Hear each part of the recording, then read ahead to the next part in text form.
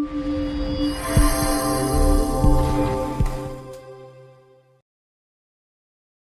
اللہ الرحمن الرحیم۔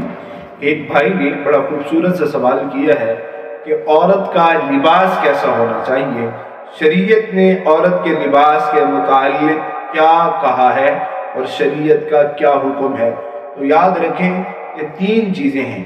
عورت کا لباس ایسا ہونا چاہیے جو شریعت نے اور قرآن کریم سے کی نصوص سے ہمیں یہ لباس کے متعلق یہ فیصلہ ملا ہے، یہ ہمیں احکامات ملے ہیں کہ عورت کا لباس ایسا نہیں ہونا چاہیے جس سے اس کے جسم کے اعضاء نظر آ رہے ہوں، جن اعضاء کو اللہ تعالیٰ نے چھپانے کا حکم دیا ہے، یا ایسا ٹائٹ ہو کہ جس سے جو ابھری ہوئی چیزیں ہیں وہ نظر آ رہی ہوں، یا ایسا باریک ہو کہ جن چیزوں کو چھپانے کا حکم ہے وہ ظاہر ہو رہی ہوں۔ اور دوسرے نمبر پر عورت کے لباس کی مشابہت مرد کے لباس کے ساتھ نہ ہو۔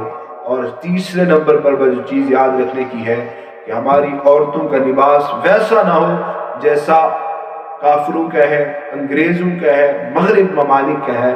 اگر ایسا لباس ہوا تو ظاہری بات ہے کہ یہ شریعت کے خلاف ہے اور حضور علیہ السلام کے احکامات کے خلاف ہے۔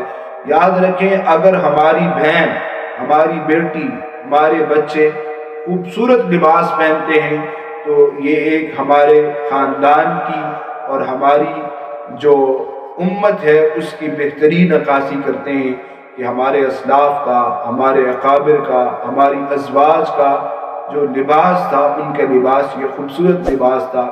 اگر آپ کی عورت کا لباس خوبصورت ہے، اگر بیٹی کا لباس خوبصورت ہے تو وہ والد کی غیرت ایمانی کو ظاہر کرتا ہے، وہ بھائی کی غیرت ایمانی کو ظاہر کرتا ہے، وہ ماں کی پاک دامنی کو ظاہر کرتا ہے، وہ اپنی اگر کسی کی بیوی کا لباس اچھا ہے تو وہ مرد کی مردانگی کو ظاہر کرتا ہے۔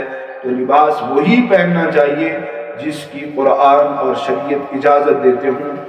جو لباس ممنوع ہے اسے نہیں پہننا چاہیے۔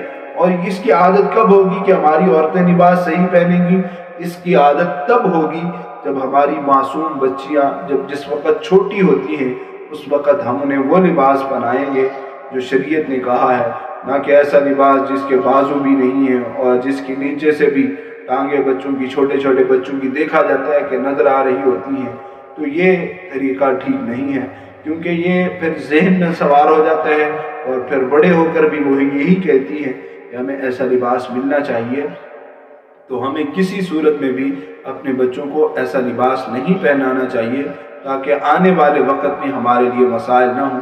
اللہ تعالیٰ ہماری بیٹیوں کو، ہماری بہنوں کو، ہماری ماؤں کو پاک دامنی والی اور حیا والی زندگی نصیب فرمائے۔